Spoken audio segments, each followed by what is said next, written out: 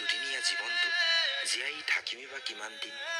এই যে ৰাতিপুৱা ওলাই গৈছো, ঘূৰিবা আহোনে নাই তাৰোতো ঠিক ঠিকনা নাই। জীৱনত পোৱা নোপোৱাৰী হিচাপ যদি আমি উলিয়াবলৈ যাওঁ, হয়তো পোৱাতকৈ নোপোৱাৰী হিচাপে বেছি ওলাব। তথাপি সপোন দেখা জানো বাদ দিছো। অযুত সপোন, অযুত আশা এতিয়াও যেন গোপনে গোপনে বুকুৰ সমাজত সাঁচি ৰাখিছো। পূৰণ হ'বনে নাই তাৰোতো নিশ্চয়তা নাই।